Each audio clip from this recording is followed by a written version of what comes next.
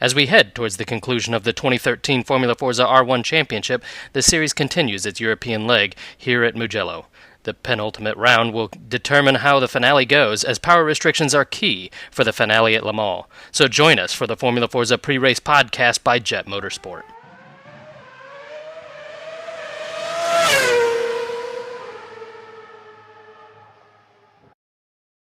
Hello and welcome. I am your host, Ryan McDowell, gamertag-68, and I'm joined once again by the JET drivers, Derek James, aka Magnum278, and Brad James, gamertag WennaJ. Well, last time out was nearly a month ago, and that's at the Nürburgring for the German Grand Prix. Qualifying was quite exciting. We did end up having, 33 qualifiers for the German Grand Prix, and it really got heated quite quickly. The Boolean Wall, day one, slapped down a time that absolutely crushed the previous season's pole position set by the one named Jack. It was the rest of the weekend there in qualifying was everybody trying to catch the Boolean Wall, and to no avail. The only person that got even close was In Flames, who got pretty much within 4/10 of him to snag second place. Alex P. for Aces Wild was able to get just another 10th behind In Flames there for third. Surprise on the grid, Magnum278 up into fourth, a brilliant performance from him. Chicken McHaggard, he switched teams over to Jet Lotus. It's a big move for Jet, but he picks up fifth in the standings there at qualifying, his best result of the season. And there was no shortage of bests this race, as Adam Watson and James Hall also had their bests of the season here. Adam Watson was 6th and James Hall was 9th. And that's really surprising to see these drivers, or I guess not so surprising. I mean, they've been putting in a lot of time to their racecraft here, but I guess it's good to see this happen, that these guys get better and better and really just taking their skill level to the next range, and we always like to see that happen. We did have Johnny Two Shoes, who's in a heated race there for position overall. He ended up 7th. And then we had XY101 in 14th, and WennaJ did manage to scrape right into Group A, pushing BTR Villeneuve, big surprise, down into the first slot of Group B. FMS Senna, big shocker here. He did have power restriction, but ended up in Group B, B2 for him, with a 140.016. That's about a second and a half off the leader's pace. It wasn't that shocking that he would be a little bit slower than the rest. I think it was a huge shock to everybody that he was that far down the standings. What do you guys think about that one in particular? That blew my mind when I saw it. I looked at it and I go, you've got to be kidding me. He's not up top. What's going on? Maybe the power restriction just got to him, or he tried to back it off a little bit this weekend, not expecting anybody to really go that quick, and he just got blown out by the rest of the field. Maybe he just backed it off to try and get rid of the power restriction, and maybe he just backed it off a little too much. Yeah, it could be. Cart 51 stood in for the one named Jack, or I guess that's BTR Blazin, as he's now known. He was unable to attend for Caterham R1, so Cart 51, veteran, came in and tried to qualify, ended up 31st qualifier. Huge shock to the field, a 142.482, really struggling to find pace in that Panos. Really shows that the guys that are making it really have to give it their all to extract these top times out of the cars that otherwise wouldn't be doing these times. So, it just shows that a veteran 31st qualifier. So, hats off to everybody that's been qualifying this season. Certainly shows that the whole field is getting just ridiculously quick. Another one that kind of surprised me, TLR Eclipse B4. I don't know if he just didn't have a lot of time to qualify, or whether his BMW just was not suited to this track, or whether he didn't feel very comfortable here. But we're used to seeing him sort of top 10 qualifiers and he ended up, 19th overall, 4th in Group B. And that was another kind of shock in qualifying. Moving on into the race, though, we had the Bullen Wall kind of pull away from everybody, and we had a fantastic start to the race. We had several really good starts. I'm sure some of you have heard that there was a third restart in Group A, and that's true. We can talk about it a little bit here. We had an incident with a Midnight Performance Development driver, not Johnny Two Shoes. It was his teammate, Goddess de Plum. Didn't quite agree with how we do our restarts. Our restarts are 10% damage to anybody, and we do a maximum of 2 restarts. We'd already done our 2 restarts. He got lag hit, and he felt that we should still do yet another restart because he was lag hit as opposed to human error. And he may have a point there, but the season rules kind of have to stand. We can't be changing them throughout the season. So we made a decision that it has to go forward. And he did unfortunately cause an incident that would force a restart by wrecking out a significant portion of the field. And it's unfortunate to see that happen. And he has since apologized for that. But the actions don't go unnoted. The crew and the administration got together and decided that it was appropriate for a 2-race suspension for Goddess de Plum. So, we just want to make sure that everybody is aware of what the incident was and what the outcome was. But yeah, in the end, we did have to restart. And in the actual race, he did not cause any collisions. It was not malicious. But just a little bit on the, I feel that we had to do that suspension on grounds of sportsmanship, and just showing that we are going to stick to the rules, as they are, and provide a entertaining race, and not. We did have to do that third restart, but that was it. What did you guys think about that incident? Do you guys have anything to add there that's constructive to this? In our administrators' meetings after the event, I believe after talking to Midnight Performance Development, seeing what they thought about it, and actually talking through with everybody and bringing some of the drivers in and seeing what they thought, I think we came to the correct conclusion there. The suspension was justified. I mean, yes, you can get mad as a driver, but sometimes you just need to take your pill when it's given. I mean, you can't really just get mad and wreck somebody out. I mean, you can, but then you get the suspension, or worse, which is what happened to Goddess. I mean, there's a good thing that we had suspended him because it shows to everybody else you can't just do whatever you want now. It's keeping that in check. This is what happens if you disregard the rules during the race. And I believe that gives a feeling of authority or power over the rest of the league, which is what you want, because you do want drivers to follow the rule book, and if they don't, there's going to be punishment for it. So I believe what had happened and what we did was the right venture and the right avenue to take with in regards to what happened with Goddess. I mean, it's sad to see him do that.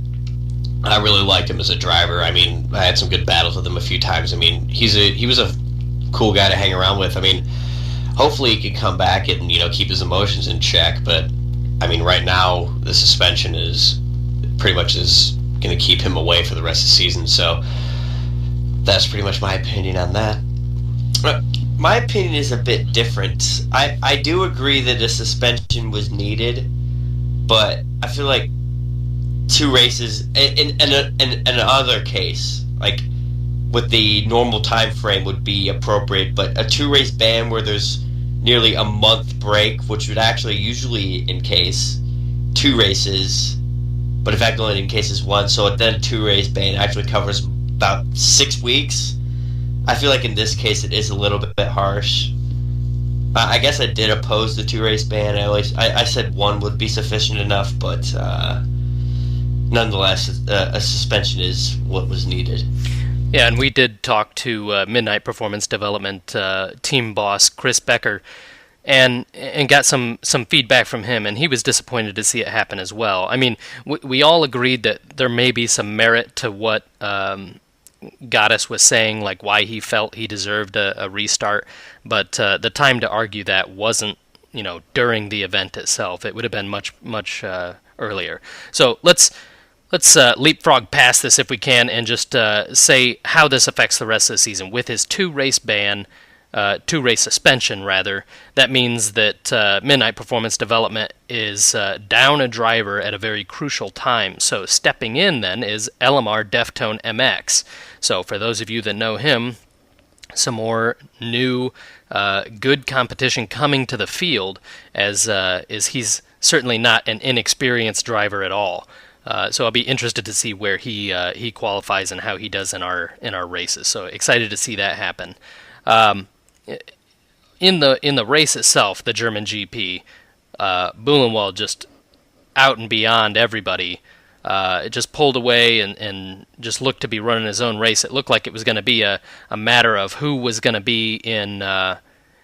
Maybe later on it would have been a matter of how he falls back to second. Maybe, I don't know exactly what his strategy was going to be, and we'll get to why I'm saying it that way in just a minute. But it really did look like it was going to be the battle for second and third there for quite some time. But really, the key point of this race was the epic battle between Derek here and Johnny Two Shoes. That was a phenomenal battle, and if you haven't had a chance to go look at it, do go look at the German Grand Prix on YouTube. It's just a phenomenal battle between these two drivers for, 25, 30 laps there? I think it was 25. 25, I believe, was the time when we were together. 25 was the point where I ended up passing him, and then after that, he unfortunately lagged out, but I got around him due to a mistake, which, as a driver following him, that was, great. That was my chance to pass him. But with that battle, the whole time I got over, and I was like, I really wish I was still battling with him. That was probably the most fun I had the entire season in a race, and it just made me happy the entire time I was. There was some squeaky trouser time going on during the race quite a bit, because there were probably close to 10 or 11 times where we came within millimeters of each other's front and rear splitters. So as scary as it was still a lot of fun.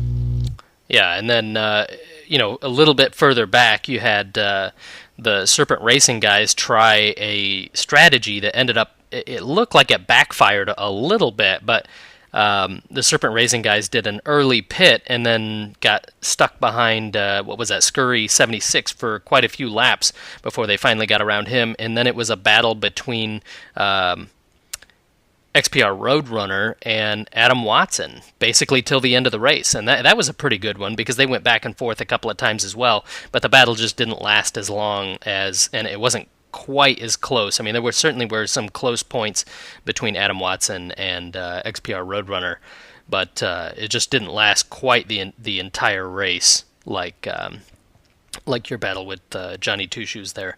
The other one notable that happened during the race was, after that lag out, well, we can say not very far, maybe about a third of the way into the race, first place Buhlenwald lagged out of the race with only 2 races left after this.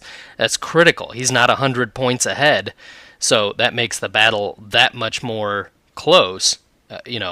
Right up until the end. And if he had won that race or been on podium, it really would have been a tough sell for anybody to catch him.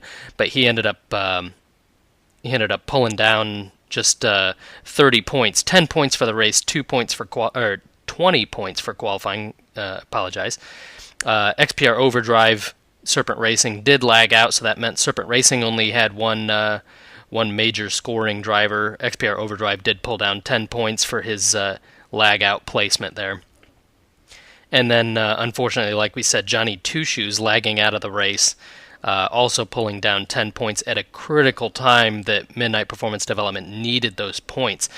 His teammate ended up pulling down 39 points, Goddess de Plum, incurred no penalty because his incident happened on a restart, not during the actual race itself. So the penalty itself was the suspension. So yeah, it was a great race to watch. And like I said, if you haven't seen it yet, go out on YouTube and take a look. Alex P. did bring home the win there. Magnum 278 for the first time ends up podium in R1, and that is great stuff. I can only imagine what that felt like, but for a while there, it looked like you were going to end up third, and then In Flames dropped back to stay off the podium, and on the very last corner of the last lap, ended up handing off the position to his teammate BTR Snakey for third. So it was Alex, Magnum, and BTR Snakey for the podium. In Flames finished fourth. James Hall, brilliant drive, ended up fifth. It kind of looked like James Hall might have had a chance at podium here, but just couldn't reel in BTR Snakey as quickly as he really would have wanted to. But just a great race to watch. Chicken McHaggard, best race results of his career this season, or I guess his season results here. So yeah, it was just a really fantastic race to watch, and I had a great time commentating it. Do you guys have any other thoughts about that race or key points you wanted to bring up? There was so much happening. The fact that Brad finished last in the lobby. I'm just rubbing that in. So, Derek, that's all I gotta say. I hate you. Well, that was certainly a tough race, and everybody was fighting for every position. So I don't know that I can really fault Brad for only picking up 3 positions in that lobby, and it was going around the 3 lagouts that we had.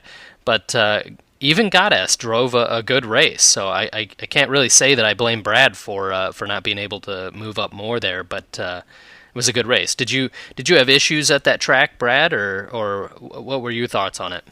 I don't know. I mean, it wasn't bad, I guess. I just was really unlucky. Like, I got around Godass probably in the last 10 laps. I think it was like 2 or 3 times I got around him. But then, usual me, I'd make a mistake or something. I'd go wide. He'd get past, or he'd pass me into the chicane at the end of the straight. And then I'd catch him right back up. I kept on getting really annoyed because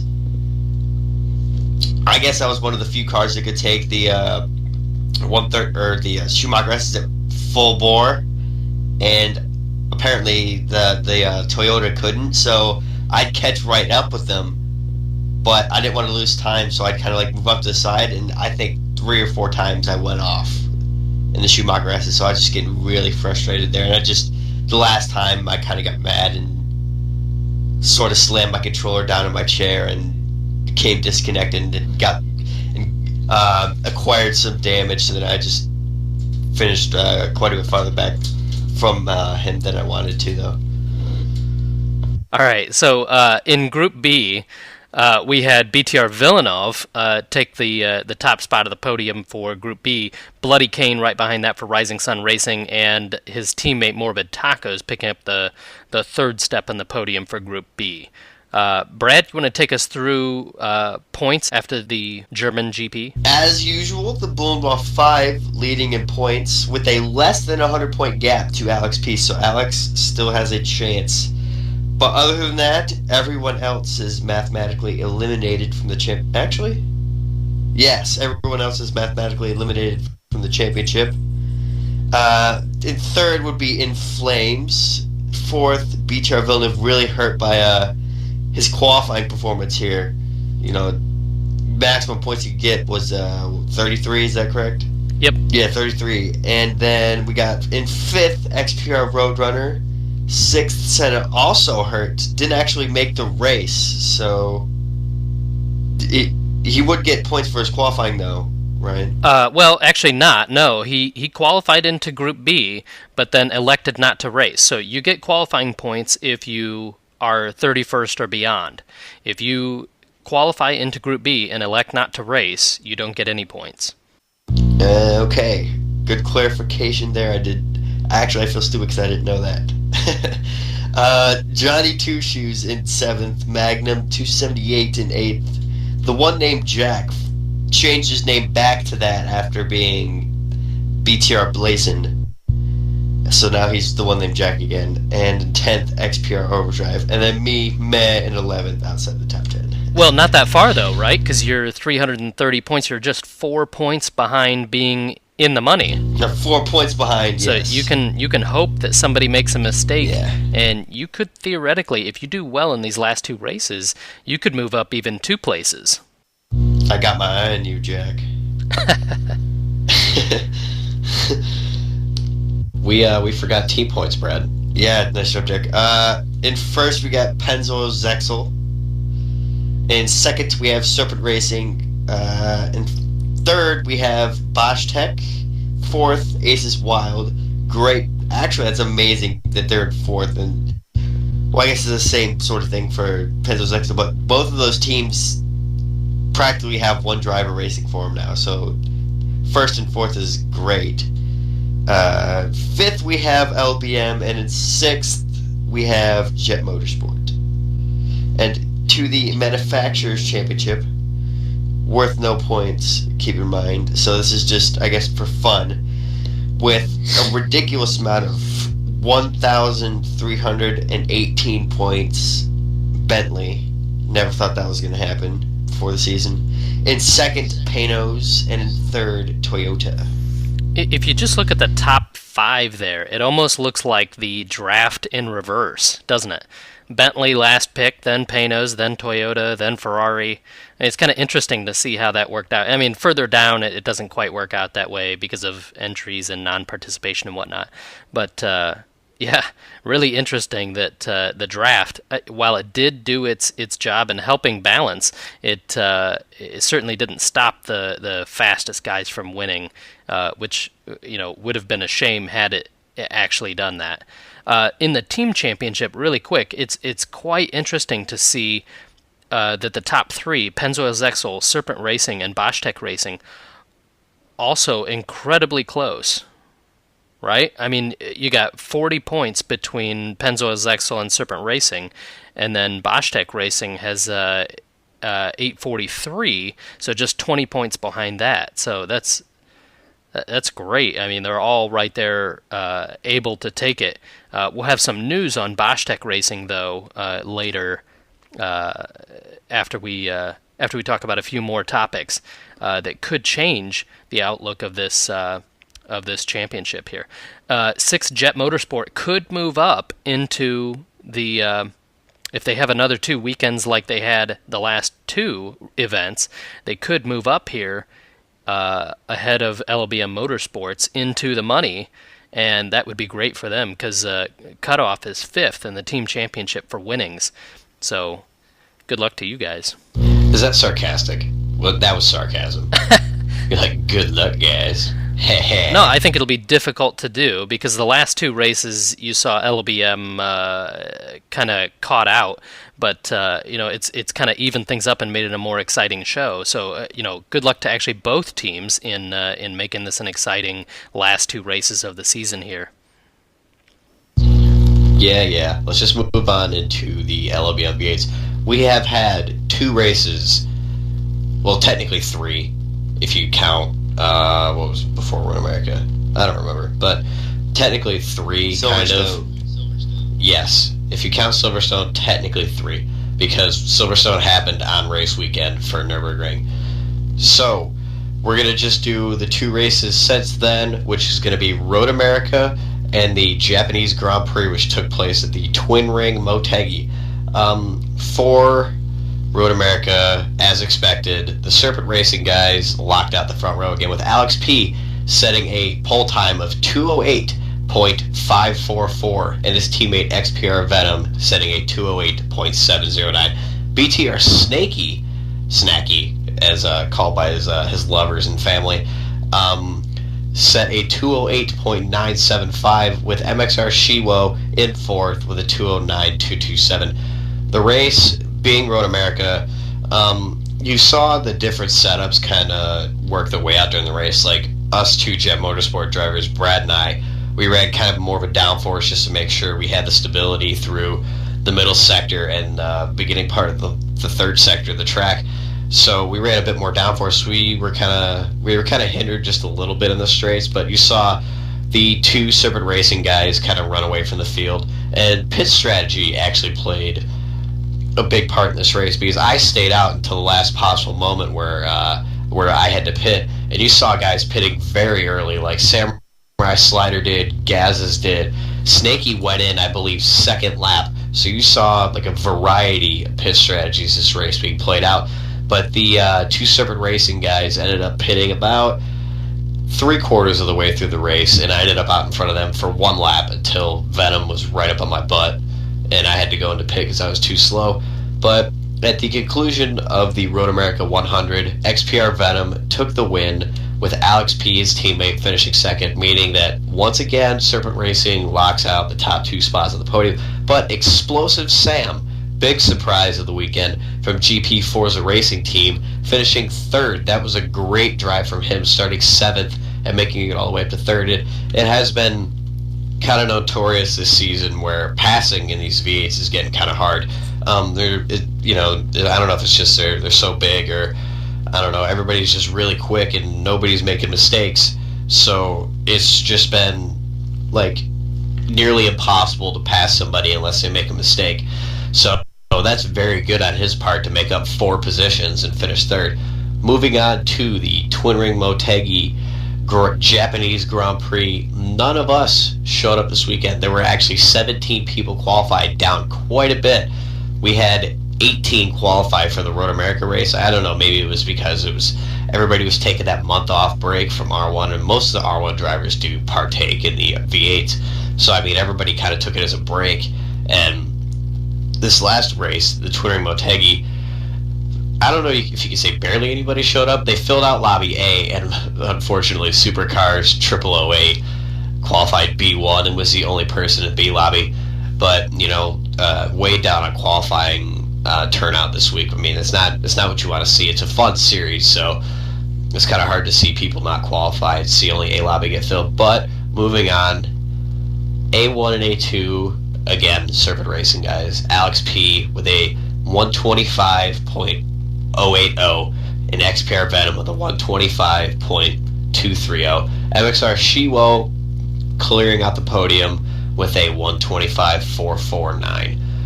The race results after 26 laps, pretty much the top 6 didn't change.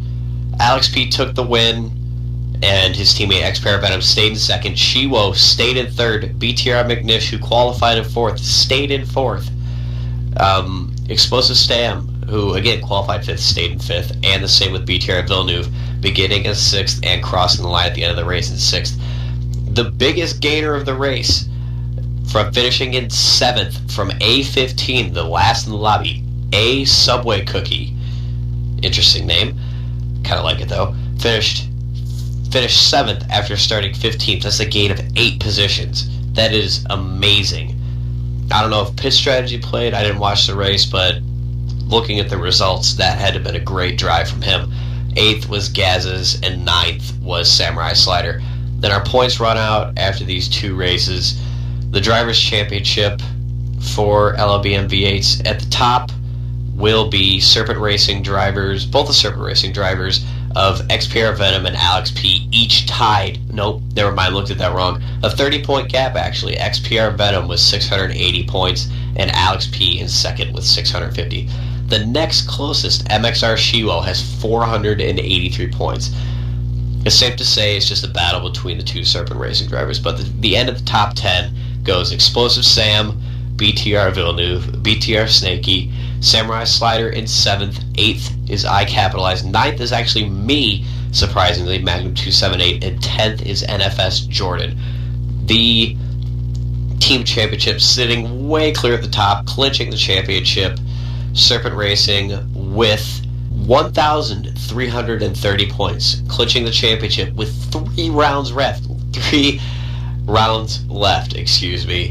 That is phenomenal. That has been a great drive from them. It seems like, since it happens every week, this season has been really short, and the fact that they clinched it already was amazing. Congratulations to the Serpent Racing team, and that was a great drive from them. GP Forza Racing team is sitting in second with 663, and BTR Saban Racing is sitting in third with 613. Now, gentlemen, we're going to move on to our hot topic of the week, Forza 5 and the Xbox One. Ryan, let's go ahead with you. What are your thoughts on the Xbox One, and what are your 3 Forza 5 expectations/wishes? Mr. McDowell. There's certainly been a lot of controversy about the Xbox One, the name, the features it has. People expected it to be more. Whined that they talked about TV so much, or whatever the complaints were. I'm actually kind of excited to see what happens. They showed off the hardware. I wasn't expecting a whole ton of games there, especially when within the first 5 minutes the guy said that they're going to be releasing their games at E3. So I guess I'm going to be looking forward to that. But really strong offerings from both Sony this generation and Xbox. Like, you look at some of the specs, and not with we're going to go into a really detailed technical analysis of this thing, but it's got 8 gig of RAM. And, if you're building a gaming PC or something, if you had done the same thing when the Xbox 360 came out, the Xbox 360 has 512 meg of RAM. And a gaming PC at that time, that would have been just pathetic, versus 8 gig now when this comes out. That's actually pretty competitive. I mean, you could foresee building a gaming PC with 8 gig of RAM and not being that hindered. I mean, some of them have up to 16 gig or whatever, but it's not the huge chasm of performance difference between a console now and a PC, which is kind of a good spot to be if you like playing on consoles as opposed to playing on a PC.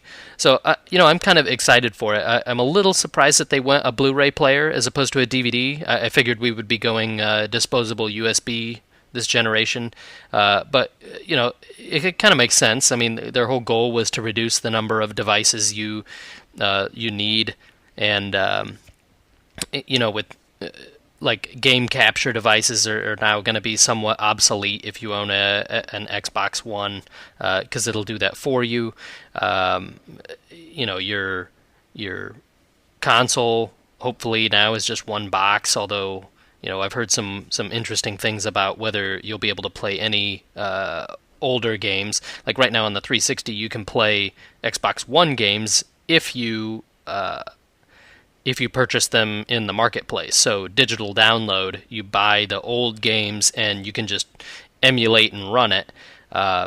It appears, from what they've said so far, that will not be possible on the Xbox One, which is kind of surprising to see that happen. And I'll be interested to see whether that truly plays out that way, or are they just saying no, the discs won't work, or I'm not really sure there. But that would be a big shot in the foot if they truly do not have any backwards compatibility for any of the titles on the previous 2 consoles.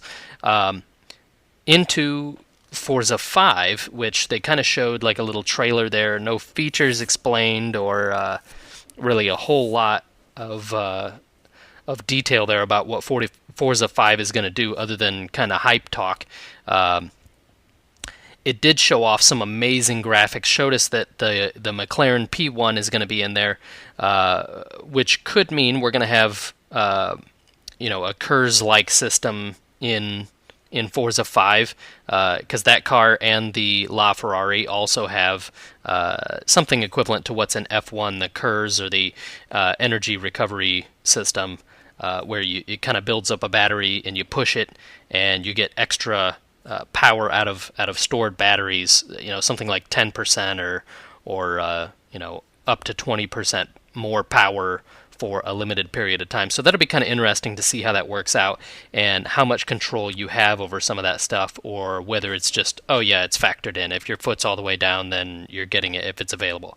Who knows how they're going to do some of that stuff. But especially looking at more cars being able to do this, like especially Le Mans style, the Audis in LMP1 and the Toyota TS030 also have this capability. So I got to think that that's going to be a feature that comes in.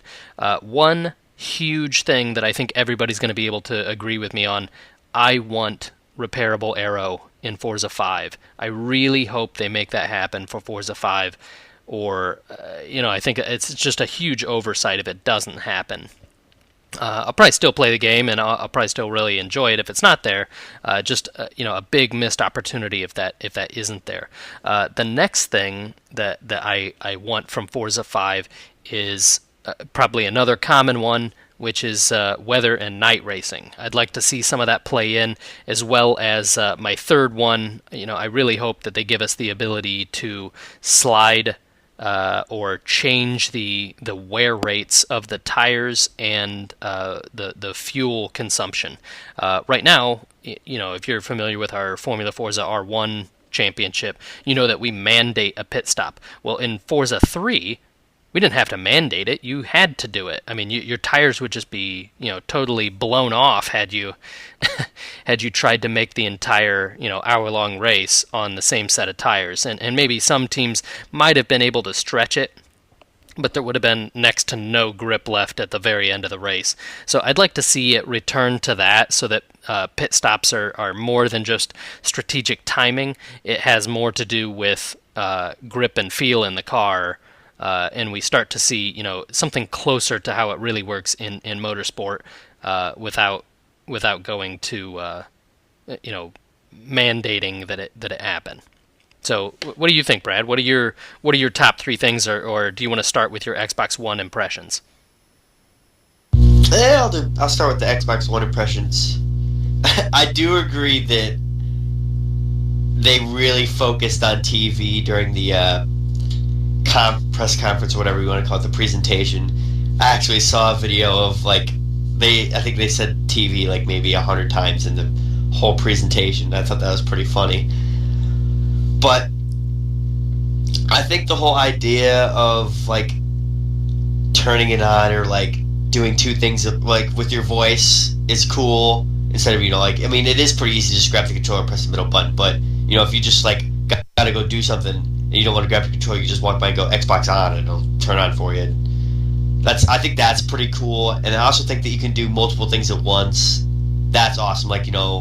Say you're watching Skyfall and you're like, oh, I wonder who that actor is. Well, you can pull up internet IMDb rather on the side, in a little bar, and then you can scroll through and see who all the actors are and stuff. So I think that will be really helpful if you're a Netflix fan or something like that. And other than that, I think it's nothing else that I really was overly surprised about. I knew they were gonna probably switch. I knew beforehand that they were gonna switch to Blu-ray, because it's just a way more memory in the disc, and it's better resistant to scratches and everything like that. It's just a better disc, so I knew they were gonna switch over to that. And they were going to have to go get more RAM and stuff. And the thing I was actually really happy about, though, was that the standard box, I don't know, actually it might not be the standard box, but the launch Xbox comes with a 500 gig hard drive, which is a big step up for me, who I have the Xbox Pro that came with a 12 gigabyte hard drive. So I got Forza 4, and that's the only game I have on there, because that takes up 10 gigs. So that makes me pretty happy. But switching gears to Forza 5, things I really want to see, I don't know. I guess myself, I don't really care. The repairable arrow, I guess, that everybody who races for Formula Forza wants that. But for me, I guess a lot of cosmetic stuff I want to know more about. If you do a long race, I guess I'm just picky about this, I want to see the car get actually dirty, or maybe get dead bugs all over the front of your car or something like that. I think that'd be kind of cool. And then I guess making the whole painting process easier. Maybe they could do something where you could take an image or something that would be stealing, though, and probably infringing copyright. But you could take for instance, a logo off YouTube, or not YouTube, Google Images, and then you could go to Forza's website or something, and then import it from there to your game, and then you can use it on your Xbox. Because at least for me and JET Motorsport, we made our team logos and everything for our team on the Xbox, and there's just so much more we could do on the computer. It would be nice if we made an awesome logo on the computer, and then would be able to use that fairly easily on the game itself, you know? And I don't know. That's about it. That's two things. What else would I want? I know that you like you said, night racing would be cool, and actually maybe like cycling, have cycling time. I don't think you mentioned that. Like, I know for like Formula Forza, you know, an hour-long race, or we do hour-and-a-half long race, the sun, like in Forza 4, is in the exact same spot. It would actually, like, you know, move in real life, and it'd be kind of cool if it was like you could actually have like clouds moving and parts of the track would be covered by clouds, and like, you know, other parts would be sunny and stuff like that. I think that'd be kind of cool. Derek? I'm going to start with my impressions of the Xbox One. When I watched the press conference, I wasn't necessarily like completely blown away, but with what they did, that was the perfect move by Microsoft. Because Ryan linked an article on his Facebook page, and pretty much what the author had said, it was about like consoles and like the next gen and what it's going to be like. Pretty much consoles are dead. There's really no need for a gaming box anymore. When you do a PC, it's much more than just a gaming thing. You could do so much more with it. And it was a smart move by Microsoft to include all of the stuff they did, all the abilities you could do with the Xbox One, as well as making it a gaming console. Yes, the Sony diehards are like, oh, you didn't make it a gaming console, it focuses on everything else. But that really doesn't matter anymore. It's pretty much just a computer with a controller. It's pretty much nearly bridged the gap with being a desktop. It's better than most desktops right now. So, I mean, that says a lot to me. I watched it going, wow, it's really from the Xbox 360 came out, what, 04, 05-ish? And like in the time it's been since then, consoles have come so much farther. And it's amazing to see what they can do now. The whole plugging your cable box in or satellite box and being able to control your TV and your cable through that's going to be so much easier, because living with 6 family members, the remote is almost always missing. And it's just going to be so much easier for pretty much our family, or most families out there, to just go Xbox, turn to BBC. And it's just going to be so much easier to be able to do everything. I mean, they made it the one thing you'll need in your living room now. It controls your TV, your cable box, it's your gaming system, and your computer. And you can control it from your smartphone or your tablet. That is awesome. I mean, it pretty much completely blew me away with what they did. They kind of alluded to it with Kinect and Smart Glass when they did it for the 360, but what they've been able to do with it with the Xbox One, they've been able to build it with those systems integrated, as opposed to them being separate systems. Like, oh, the Xbox Kinect, now it's a separate system that runs in unison with the Xbox 360. Now it's part of it. It's not just like some annoying little camera on the top that you barely use. Now it's pretty much good. It makes it so much easier for you to be able to use it, and that's what makes me happy. I mean, I wasn't a hardcore gamer. I mean, I guess you could call me a hardcore gamer now, but as my general like human being and as a person of the public, I like that. That's what I want to see. I'd buy that over the PlayStation 4 just because I could do so much more with it other than just game. But my gamer self would like to see a bit more on the games wise. I mean, they kind of, E3's coming up, so I get why they didn't talk so much about games. We're just going to spend E3 blowing our mind with all these games and all these trailers and stuff.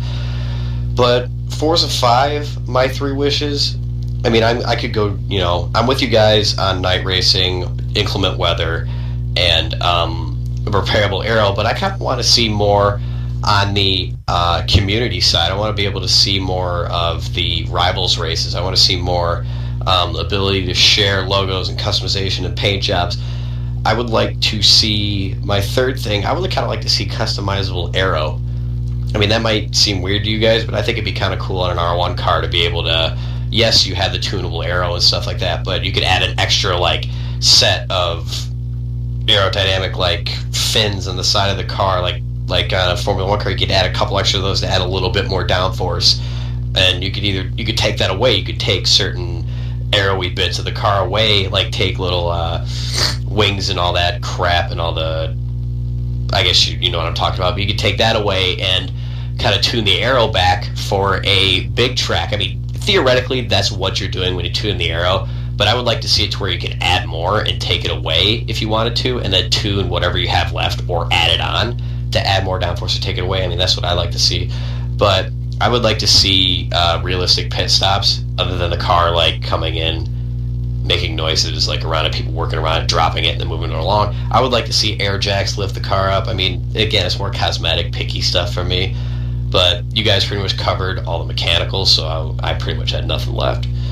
Can I add something else here? Yeah, go ahead. I think that what Microsoft did with the timing of the actual press conference itself was probably the smartest thing they could have done.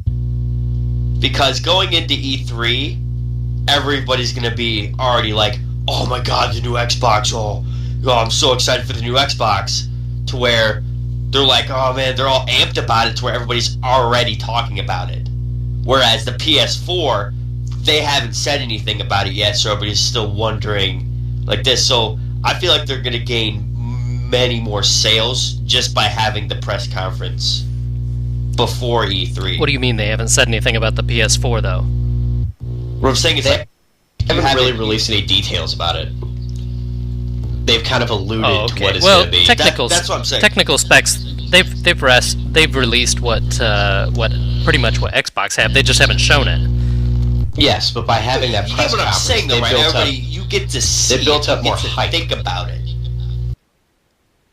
I think they're probably in a better position because it was closer to E3. Because I think Sony has released nearly what Microsoft has, and I agree with you that their timing was perfect. And, you know, when I was saying earlier that they mentioned TV a lot, you know, the people that complain about this, about them talking about TV so much, and why does it need to do all these extra things? Why does my game console need to have Skype on it? Nintendo didn't need Skype. Well, yeah, I mean, look at Nintendo now. You know what I mean? It's the laughing stock because it doesn't have all these tools. You know, you could get a Wii to play Netflix and stuff like that, but they were well behind the time on that. And if you tried to say the next-gen Xbox is going to be gaming only, you know, we're going to take away Netflix, we're going to take away party chat, it's games only, that's it, there'd be freaking riots. You know what I mean?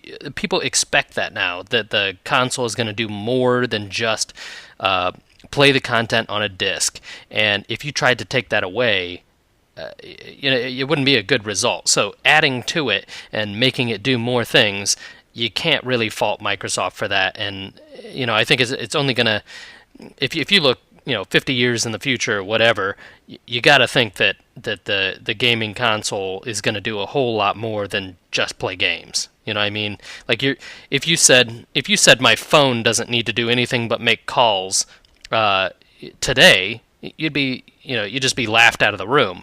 But if you said that 15 years ago, people would be like, yeah, okay, so why does my phone need apps, and why does my phone need blah, blah, blah? But now it's like, if you don't have a phone that does those things, it's just like, you know, you're not even competing at the same level anymore.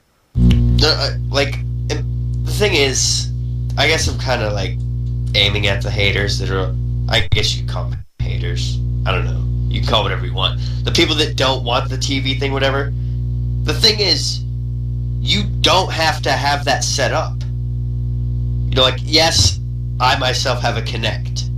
It's not even plugged into my Xbox. It just sits there and stares at me. So, the same sort of thing with the TV. You don't have to plug in your cable box. You don't have to use all the, you know, the TV stuff. If you want to just play games and no Netflix, no Skype, no internet, or anything like that, you can do that. So I see no reason why to even argue about it. Because if it can do it, there you go. Because then that's a step up from if it couldn't. Yeah, you know, the bigger trump card that they could have played here would have been had they said Microsoft is becoming an internet-based cable provider. TV provider. So wherever your Xbox is, you know, whatever channel subscriptions you pay for, it's there. And it acts as a DVR.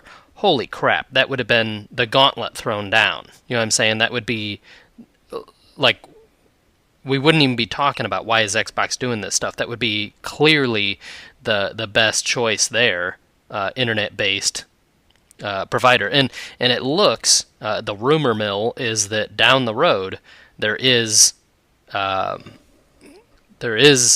Intel is coming out with a IP-based TV, and it could be a Microsoft partnership there, because Microsoft hasn't announced who their processor is made by yet, but it's suspected that it's AMD, but it could be Intel at this point. We're not sure.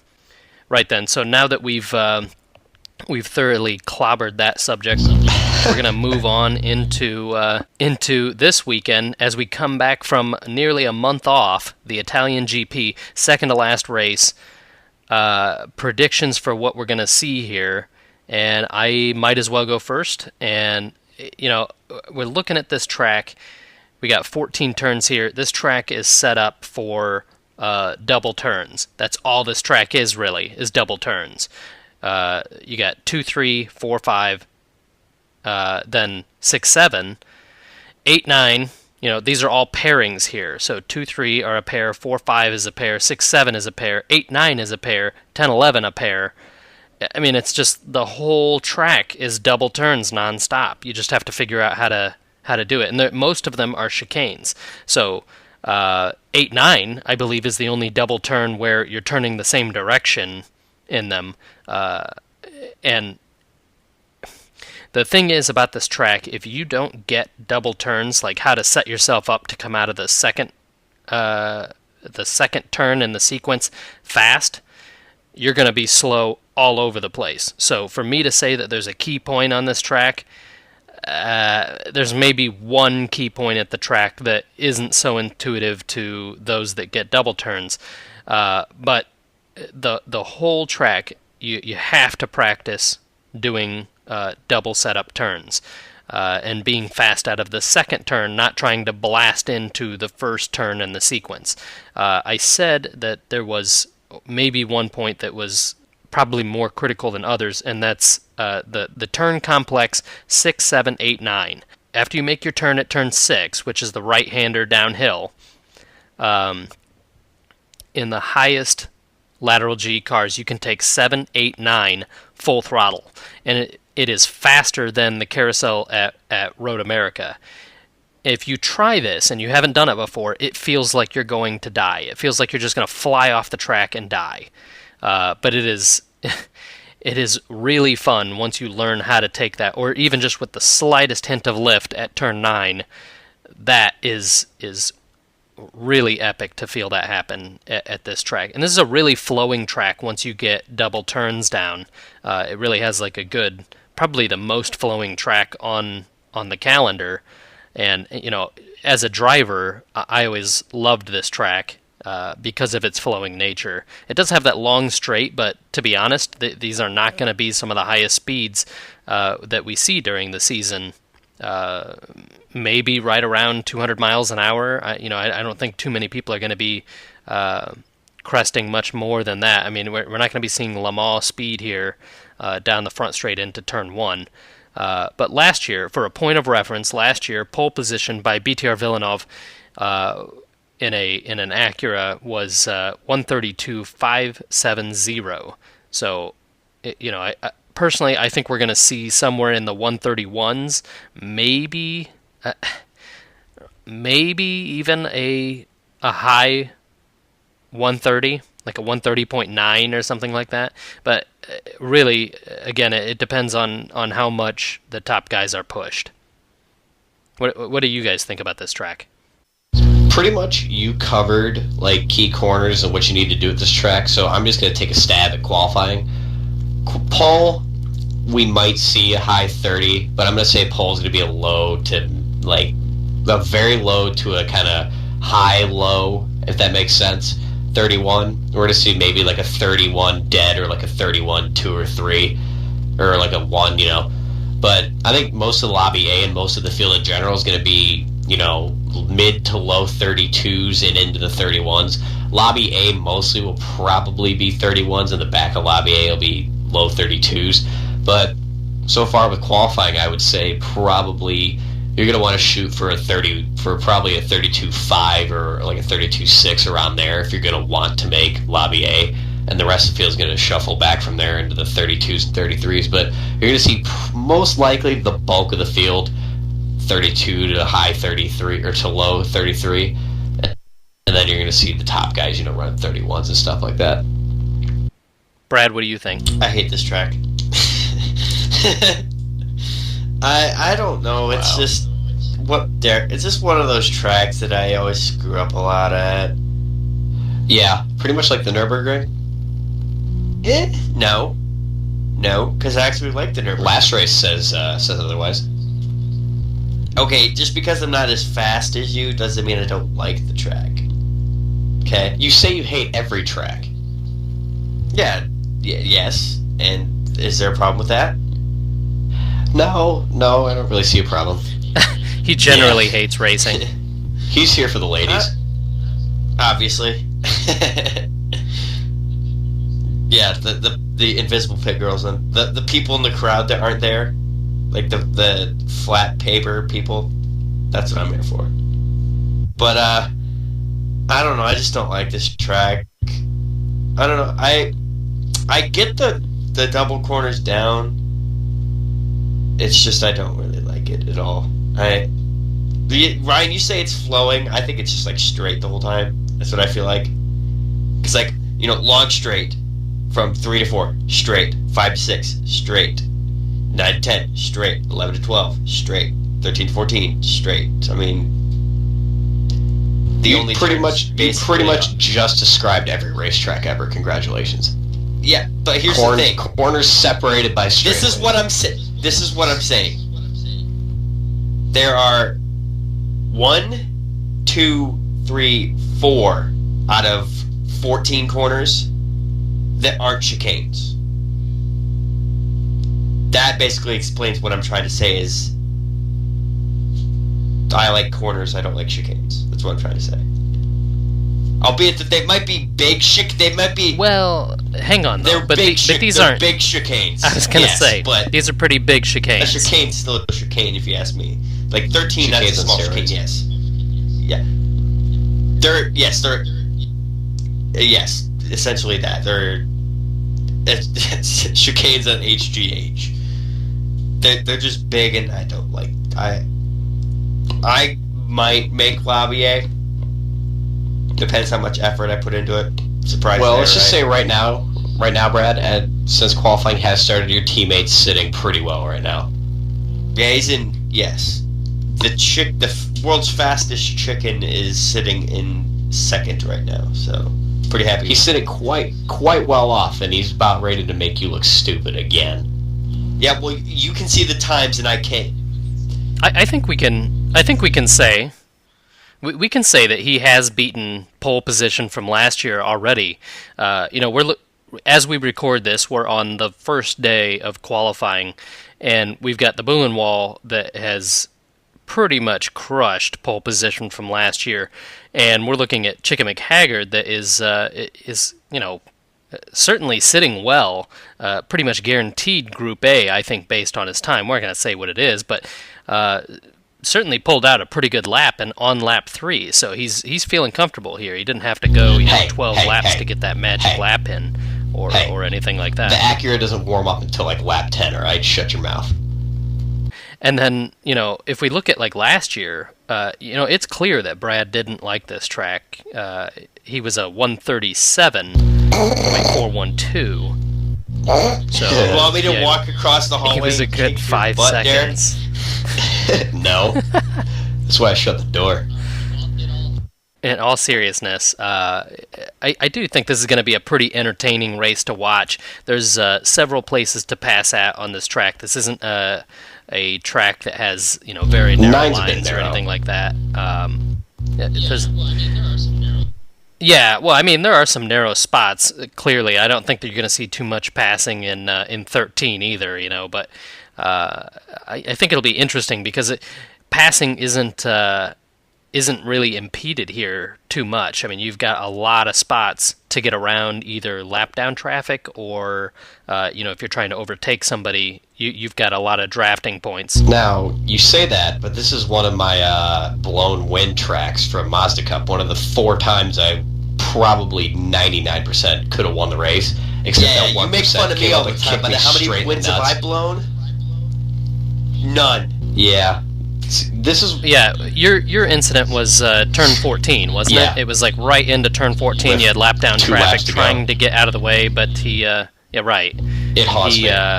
What was it? He had a rear tire slide, and you just two came together. Yeah, he slid in pretty front much of me. Race over from there. Pretty much he was letting me by, and then he slid in front of me. As you were sitting in last. Yeah, for the record, Brad finished 4th, right behind Alex P. So he does have some merit there in that he did quite well here. The other thing about this track is it has a little bit of a Le Mans-esque pit entry. The pit entry has like a kink in it that is a little hard to get past, and if you come flying into it, you'll hit the wall. So be sure you do practice that pit entry and keep your car out of some damage there. You guys have any final thoughts on Mugello before we sign off? Make sure you get enough time in this week to get down the double corners.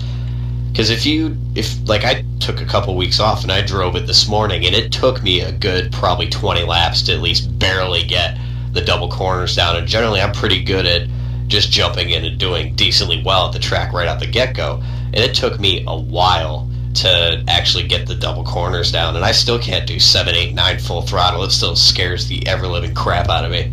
My final thought: I hate this track. That's always my thought with this track. Every time it comes up in the schedule, I'm like, you're not going to mention practice? Nope. Wow, he's a changed man. No need to mention practice. It ain't happening. I think, like I said, final thought on this track is that I think the exit off of 14 there is going to cause for a lot of passing down into turn 1, and I clearly think that those that, with this being nearly a month since our last race, those that are putting the time in on this track are going to win out, because there's a lot of places to make up time here on this track. It's not just like this one magical corner. So those that are I mean, this sounds kind of obvious, but those that are putting in the time are really going to come out the winners on this, and it already looks like Chicken McHaggard for Jet Lotus has clearly put in the time. I do think that the back end of Group A is going to be a little bit slower than you previously predicted, but it's still fast. I think we're going to be seeing 133.0 being the cutoff for Group A. We'll see how that works out. You could be right. I could be wrongy wrong pants. Who knows? It's Mick Wrong Pants. Wrongy Mick Wrong Pants, right. The other exciting piece of news to mention is we do have Chris Becker from Midnight Performance Development. He is the team boss for them. He did just recently join the Formula Forza crew, and we welcome him to our staff. We'd like to say we threw him a party, but we pretty much just gave him the cold shoulder and blew him off. Aww. We threw him a party. Okay, so we do have Chris Becker. He was basically the organizer for Midnight Le Mans series. And so he comes to us with a wealth of knowledge that we're going to put through. He certainly has some dedication. We look forward to seeing how he helps us mold and form Formula Forza, make it better, and certainly we welcome him in. If you see him, congratulate him on his spot in the Formula Forza crew. Until then, we'll see you in 2 weeks for the finale, and that'll be at Le Mans on June 16th. The race this Sunday, June 2nd, is at 3 p.m. Standard. We'll have it up on YouTube sometime later that week. Hopefully we'll see you there for that broadcast. Stay tuned also on our Facebook page and on our Twitter. You'll be seeing some live commentary there about qualifying as it unfolds over the 3-day period. So until next time, guys, thanks for watching. Good night. Unless it's daytime. Yeah, unless it's daytime. Good day? Good day? Question mark?